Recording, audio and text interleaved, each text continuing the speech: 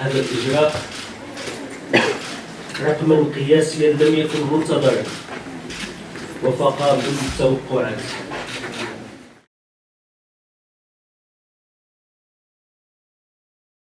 Quand nous avons fait les prévisions pour annoncer les 5 milliards, nous avons benchmarké cette estimation par rapport à ce qui se passe dans le monde.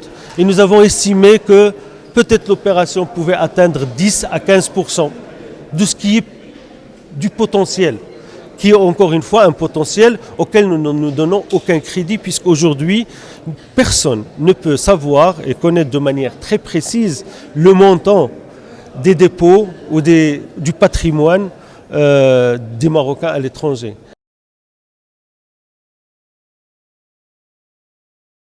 C'est des recettes budgétaires qui vont dans un fonds appelé Fonds de cohésion sociale, qui est un compte d'affectation spéciale, donc un compte spécial de trésor, et qui est destiné à financer les besoins du RAMED pour la couverture sociale des démunis, qui est destiné à financer le programme Taysir pour aider à la scolarisation des enfants issus de familles pauvres ou familles démunies, pour les aider pour lutter contre l'abondance scolaire. Le fonds de cohésion sociale les recettes totalisent environ 4,5 milliards de dirhams par an.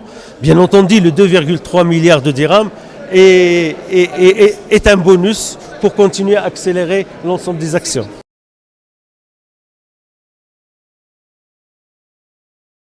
La suite, c'est la confiance, c'est toujours la confiance, c'est consolider la confiance pour faire en sorte pour que ces personnes, effectivement, décident de venir investir leur argent au Maroc, qu'ils aient de meilleures rentabilités, qu'ils aient meilleurs services de la part de notre système bancaire.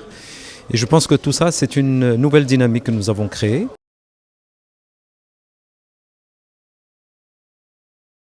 Nous continuerons à faire les contrôles nécessaires. Nous faisons déjà des contrôles et nous continuerons à le faire.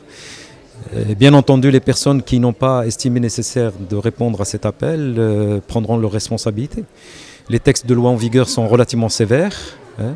Comme vous le savez, nous avons un pouvoir transactionnel, mais le pouvoir transactionnel aujourd'hui va être renforcé dans un sens de plus de sévérité. Et bien entendu, ceux qui ne veulent pas bénéficier ou profiter de ce pouvoir transactionnel verront leur dossier envoyé à la justice. Et comme vous le savez, les peines et les sanctions qui sont prévues dans le cadre légal sont extrêmement sévères.